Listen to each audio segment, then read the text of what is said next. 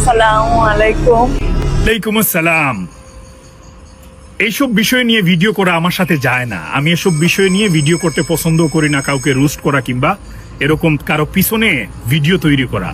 একটা জিনিস কি, যদি আমার এই ভিডিওর শুরু কিংবা শেষ অংশ না দেখেন তাহলে আমাকে ভুল বুঝবেন।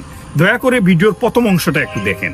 মায়ের ভাইয়ে কমেন্ট দিছেন, ভাইয়ের নাম হইল গিয়া রাশেদ ভাই।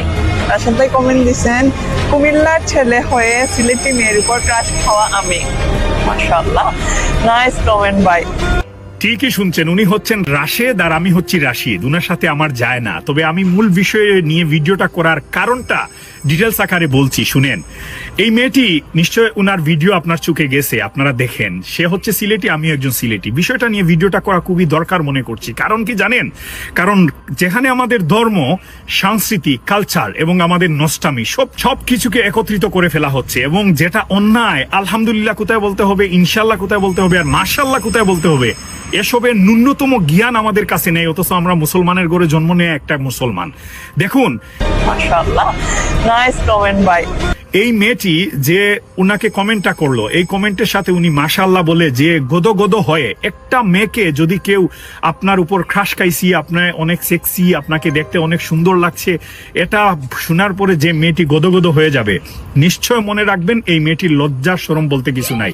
আর লজ্জা হচ্ছে এমন একটা জিনিস, মেয়েদের সবচেয়ে বড় সম্মানী এবং মূল্যবান জিনিসটা হচ্ছে তার লজ্জা, তার আব্রু। এই লজ্জা শরম যখন একটা মেয়ের চলে যায়, তখন যদি তাকে কেউ কমেন্ট করে তোমাকে দেখে আমি ক্রাশ হইলাম, আমি ফিদা হয়ে গেলাম, কিংবা তোমাকে অনেক সেক্সি লাগছে, তাহলে এগুলা শোনার পরে তার ভালোই লাগবে, যেটা ওই মেয়েটির লাগতেছে। অথচ মেয়েটি হচ্ছে সিলেটি।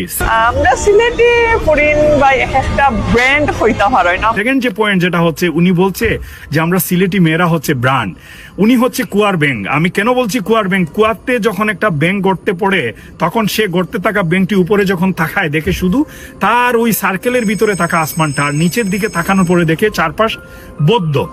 এটাকেই সে পৃথিবী মনে করে। তো ওই মেয়েটি মনে করছে কি, তার মতো করে সিলেটের সবগুলা মেয়ে, মুসলিমের হাতে গোনা কয়েকগুলা মেয়ে পরে, যারা অনলাইনে বেশি এডিক্টেড, নষ্টামি ভিডিও করে, মিউজিকের সাথে ইচ্ছে মতো শরীর হেলাই দুলাই নাচ করে, টিকটক লাইভে গিয়ে নষ্টামি ভিডিওগুলা করে, মুভি কম, বাদবাকি অসংখ্য মেয়েরা আছে যারা ধর্ম, পর্দা এবং ইসলামিক শরীয় সম্মতভাবে চলাফেরা করে, ভাইয়ের কথা শুনে, হাজবেন্ডের কথা শুনে, স্বামীর কথা শুনে এবং আল্লাহকে ভয় করে। এবং আপনার এই ভিডিও থেকে সমাজে শিখছে কি?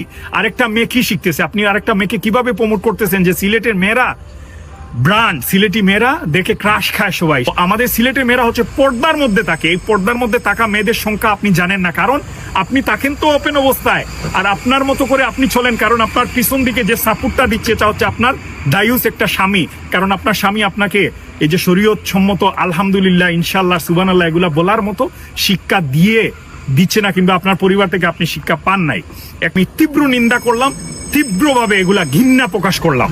এসব বিষয় থেকে আমাদের বের হওয়া উচিত, এবং কোন জায়গায় ইসলামিক শব্দগুলো আলহামদুলিল্লাহ, মাশাআল্লাহ, সুবহানাল্লাহ এগুলা বলা উচিত অনুচিত, এগুলা শিক্ষা নেওয়া উচিত এবং আল্লাহকে ভয় করা উচিত। পরিশেষে আমাদের একদিন মৃত্যুর কুলে ঢলে পড়তে হবে, এবং কাল কিয়ামতের ময়দানে কি নিয়ে আল্লাহর কাছে দাঁড়াবেন একটু মাথায় রাখবেন। চিন্তা করে ভিডিওগুলা তৈরি করবেন। আপনার ভিডিও থেকে সমাজ কি শিখছে, আরেকটা মেয়ে কি শিখছে, আপনার পরিবার আপনাকে নিয়ে কতটুকু লজ্জায় আছে এবং কতটুকু গর্বের মধ্যে আছে, এই বিষয়টা একটু রিয়েলাইজ করে সোশ্যাল মিডিয়াতে ভিডিও ছাড়বেন। ভালো থাকবেন। আসসালামু আলাইকুম।